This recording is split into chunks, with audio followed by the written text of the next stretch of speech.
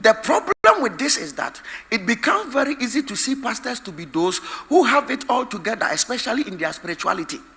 This assumption usually makes it difficult to forgive a pastor when he offends, fails, or commits a blunder or even a sin. This places them under constant monitoring, where every word, action, or even silence is interpreted spiritually or morally. Such weight can make pastors cautious, guarded, or overly formal in their interactions. The fear of being misunderstood or misquoted creates a barrier, preventing them from relating naturally and freely with others. Practical ways to relate with pastors.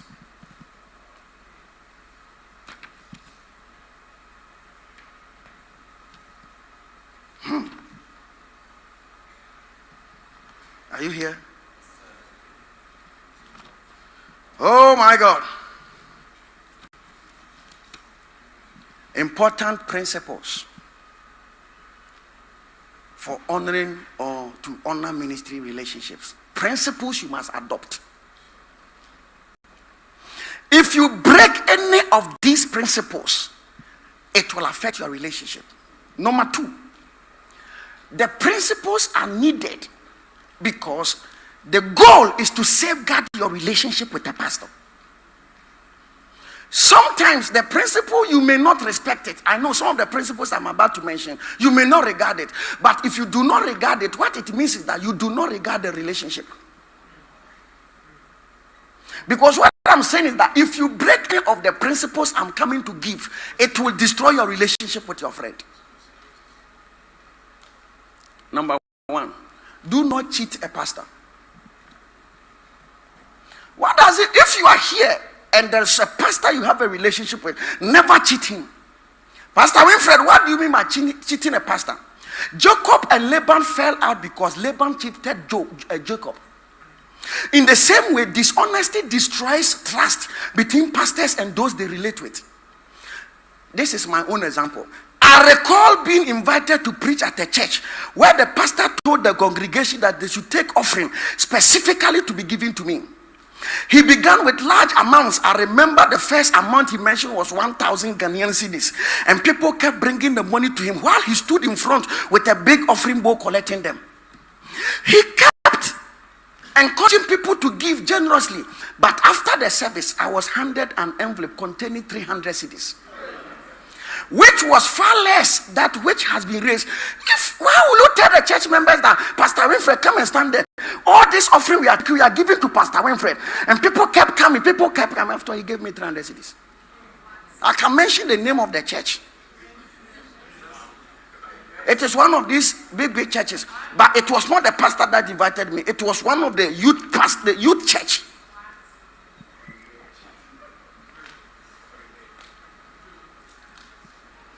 I didn't talk. I never opened my mouth. I never complained up to today. I never had a problem with him. But you wait. I'm not done. On another occasion, I was invited to preach in a church, and the leader told the church that I had flown in for the service and I urged them to contribute towards my flight.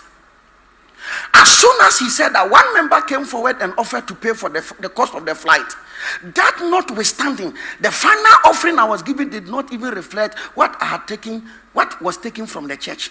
I was surprised that a minister would stand in front of his congregation to use the name of a guest minister to take offering, but wouldn't do what he had promised. In both cases, the pastors clearly misused my name to collect money and failed to honor their reward. Their dishonesty not only cheated me, but also deceived their congregations, which ultimately destroyed my trust in them and dented their own integrity. Always give to pastors where they truly deserve. Integrity in financial dealing honors God, and it preserves your trust in a relationship. Yeah. I remember very well. He announced, Pastor, this man has flown to the... I had to fly to go to the meeting. When he told them that I have flown in, somebody said, you want to pay for the cost of the flight? The pastor said, stand there. People kept bringing it. And when he finished, the money he gave to me, he couldn't pay for the flight. I had to use my own money to pick the flight again. My point is, I don't have a problem, but why will you stand in front of the church and tell them that this pastor, we are collecting? So every church member left that meeting thinking that they gave the money to me. So do not cheat a pastor. Number 2.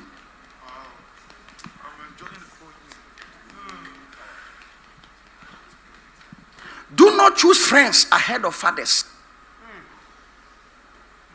There are people who relate with fathers as friends. But I'm talking about a father.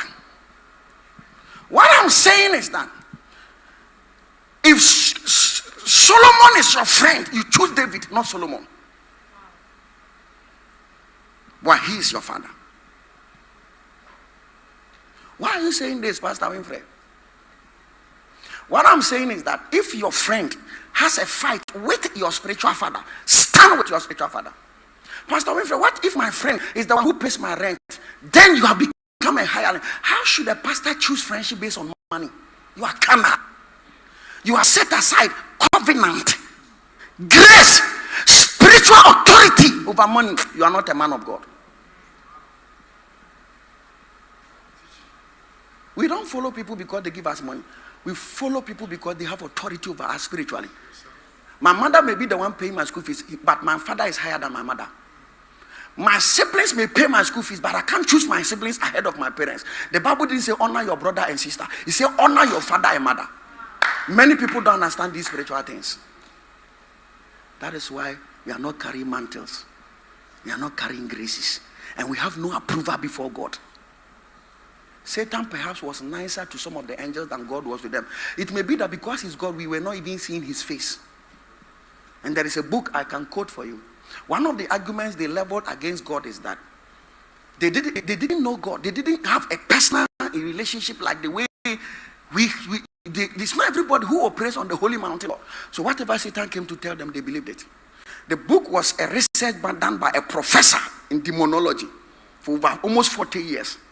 And he interviewed Satanists and people who are occults and their confessions of what the spirits have told them concerning why they rebel and all of those things against God.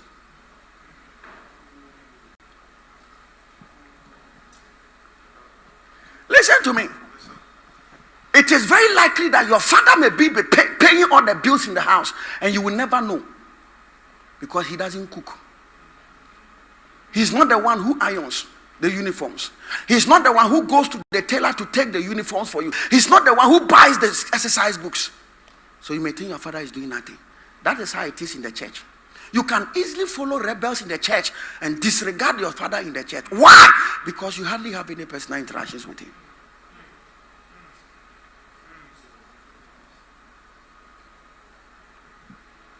Not all relationships carry the same weight. Friends may be helpful in many practical ways, but the role of a spiritual father is of a higher value because of the authority and covering they provide. A friend can support you, but they cannot impart spiritual blessings in the same way a father can. Friends may even curse each other without a cause, but they may lack the authority to invoke blessings. Spiritual fathers, however, have been entrusted with spiritual authority over their sons and daughters. They can speak blessings and can shape destinies and provide spiritual covering that friends cannot offer. How honor the places of spiritual fathers above friendships. Friends may walk beside you, but true fathers carry the authority to bless and guide you into your divine purpose. Number 4, do not keep your friend's church member in your church. The day you keep your friend's church member in your church, your relationship is gone. That is why I'm saying that if you don't regard that friendship, I don't have a problem. But I'm talking about principles of safeguarding ministry friendships or ministry relationships. When it comes to ministry, relationships are sometimes more valuable than numbers. If a member of your friend's church desires to join your congregation, they should only be accepted if your friend gladly and willingly releases them to you. Otherwise, their involvement in your ministry can easily strain or even destroy your relationship with that your friend. If you want to ask 2 pastors why they are fighting, it's because somebody took his church member. Also, didn't you also take somebody's church member? But that person is not a friend. Everybody is allowed to offend you, but not your friend. Why are we friends? We are friends because we want to stand for each other, not to hurt each other. Even if your friend has dismissed the member from your church, wisdom calls for you to engage your friend before accommodating the member. Without this step, misunderstandings can arise and trust can be broken. In some cases, the best option may be to lovingly guide that person to another good church nearby so that your friendship and ministerial relationship can remain intact. It is important to protect relationships with fellow ministers above personal gain. Honor your friend's spiritual authority by respecting their members and choose peace over healthy growth at any cost. One of the things is that most of those people are not able to stay in the church. If one find out, they are not able to stay. Every day you go to preach in this church, you see that this your friend's church you have been preaching in. That person has always been sitting in front and has always been singing. You saw it, and yet you have accorded that person. How can you have a friend like that? Look at the number of souls in the world. Why will you want to take one? Sometimes that person you are taking is that person's only sheep. You have become like David. And you need the rebuke of Nathan.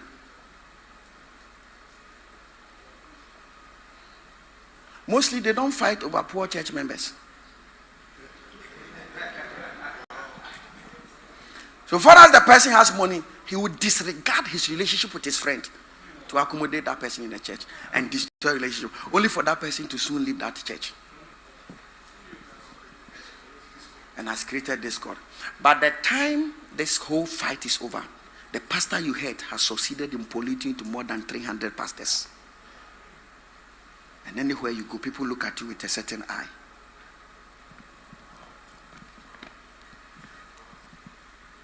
Do not discuss spiritual fathers with their friends, subordinates, or church members.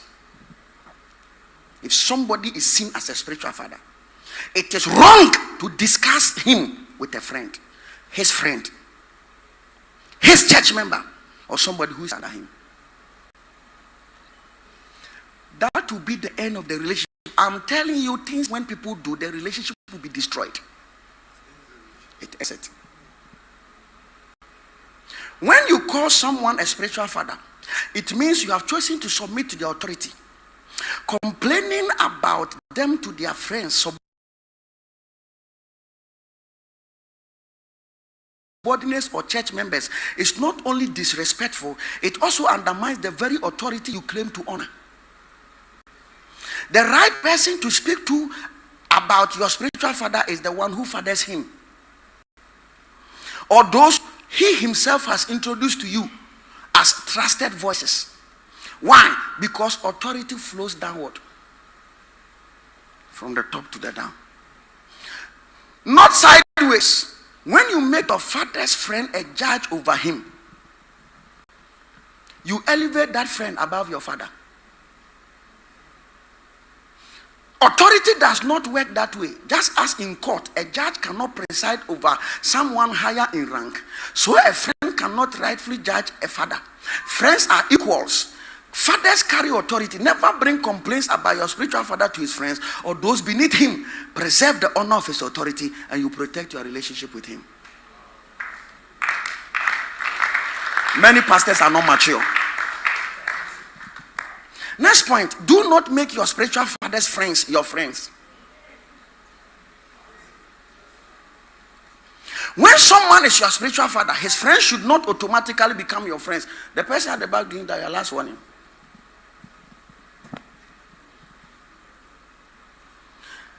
The moment you build direct friendship with his friends, you reduce the relationship with your father to the level of a peer. Why? Because if his friend becomes your friend, then by association, your father is placed on the same level as a friend rather than honored as a father. As much as possible, maintain a respectful distance from your spiritual father's friends. Even if he introduces them to you, maturity requires that you remember this principle. It is a test of wisdom, character, and spiritual understanding. Without maturity, it is easy to blur these boundaries and dishonor the authority of a father. Guard the uniqueness of your relationship with your spiritual father. Honor him by keeping his friendship distinct from yours and demonstrate maturity by respecting those boundaries. Number 6. Do not treat your spiritual father's sons as your sons. Those who submit to your to your spiritual father as sons should not be treated as your own sons. To do so places you in the same position of a. Now, what I'm saying, it will surprise you that there is an assistant pastor who is calling a church member his son when his.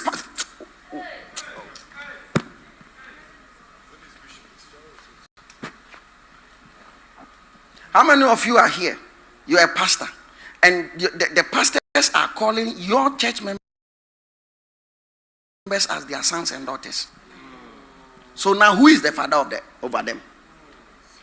People are not practical. So in the church, you have become grandfather. And the Bible didn't say grandfathers leave inheritance. It said fathers.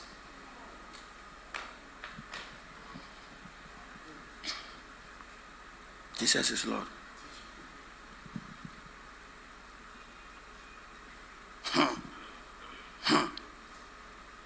Are you following? This undermines the authority structure and creates confusion in relationships. Relating to your father's sons as if they were yours can distort the bond between you and your spiritual father. It may lead to conflicts of loyalty, authority, and respect. For example, if both your father and a son call for your attention at the same time, you may be forced to choose side, which dishonors the authority of your father and creates unnecessary division. You may receive your father's sons and you relate to them, but you must never position yourself as their father. Doing so will lead to confusion, competition, and broken relationships. Honor the authority of your spiritual father by keeping clear boundaries. His sons are not your sons. Respecting this order will prevent conflict and safeguard your relationship with your father. Number 7. It is your father's friend should never become your father. It is possible to have more than one spiritual father, but wisdom is required in choosing them. Sometimes, if let's say those days that I was doing the meeting, I would have mentioned relationships that were destroyed by each of the points I am mentioning. But you can't mention names like I would have mentioned.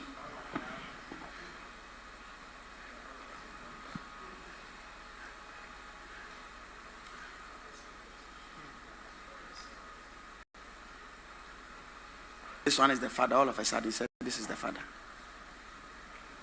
and that was all. The relationship was dead.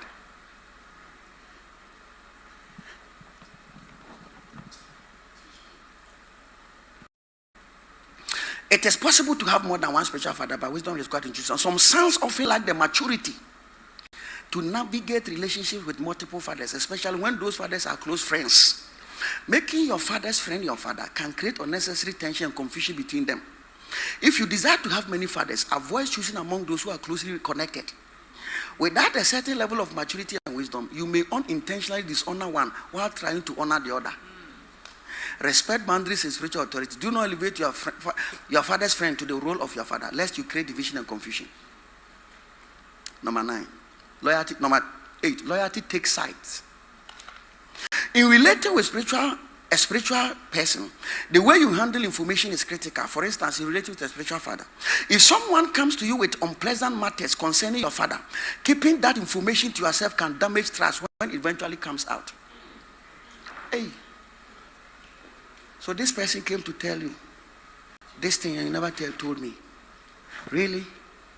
There's a pastor. I have a very good friend, and this pastor invited me to come and preach for him. It was my friend who brought him, and I also got to know him. So he did the poster and the billboard. The billboard was even on the Yarifau road. It's a billboard. Guess what? This friend that was introduced has now become a third person in the friendship. My friend had a problem with his wife, and this third person went to rent a place for my friend's wife and let my friend's wife move from her matrimonial home to go and stay in another place, and never told my friend that this is what I've done to your wife. So one day, the friend didn't know where the wife was staying, and by finding out, he got to know it. He was going there to go and see his children and the wife. When he got there, the pastor was coming out of the house. He said, so you know This is where my wife is staying.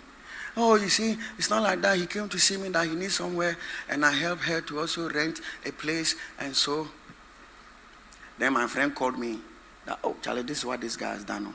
Not knowing that when my wife left him, he was the one who even helped her to find a place. And I said, oh, then the program that I will not go. He said, no, go and preach. I said, I'm not foolish. I take side. I'm not foolish. I blocked his number and deleted it. Then he used somebody's number to call me. When I pick, I said, I'm sorry, sir. I don't betray friends. I'm not coming.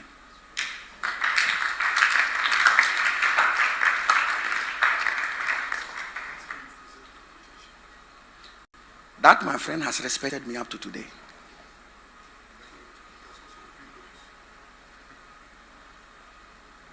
The first time I preached in Netherlands, it is this, my friend, who took me there. I travel with my wife, and the wife would take my wife. They are doing shopping, whatever. I would have destroyed the relationship. When he was a nobody in Ghana, struggling with his life. I never and ever. One day he called me and said, man of God, my landlord has moved all my things from the house. And he has given me a small place to keep my things. When I find a place, Charlie, I need somewhere to sleep tonight. My own friend. He went through pain, through marriage. Not because he has killed anybody or stolen anybody. He decided that he has a business executive MBA. And he wants to put it down to become a pastor. The wife said, I did not subscribe to marry a pastor. That was the crime of the man. Yet we are all saying we are Christians.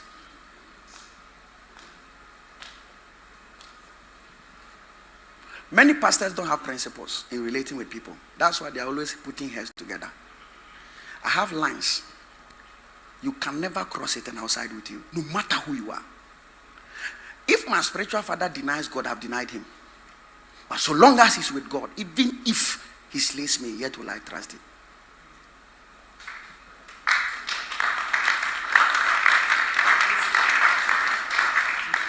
Apostle Lampa is a spiritual father to me. When I was a first year student in Ken UST, he was in fourth year. I had opportunity to relate with him for only 1 year. When he finished tech, he didn't know my name. Anytime he met me, he calls me welfare. And sometimes he'll be looking at you, what's your name again? I have related to him as a father up to today. I went to his baby dedication in front of the whole church. He said, I had sons. There is no son in my life who is as faithful as Winfred.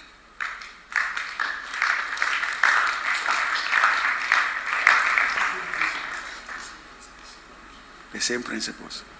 One day somebody came to speak evil about him when I was in Legon. When he finished, I said that I'm eating oats and biscuits. Come and join me. And I started talking about Apostle Lampa and how he has blessed me. He's the first person who told me that the greatest thing a man can do with his life is to serve God. I wanted to be a journalist. But he told me the greatest thing you can ever do with your life. I was not close to him when he was in school. But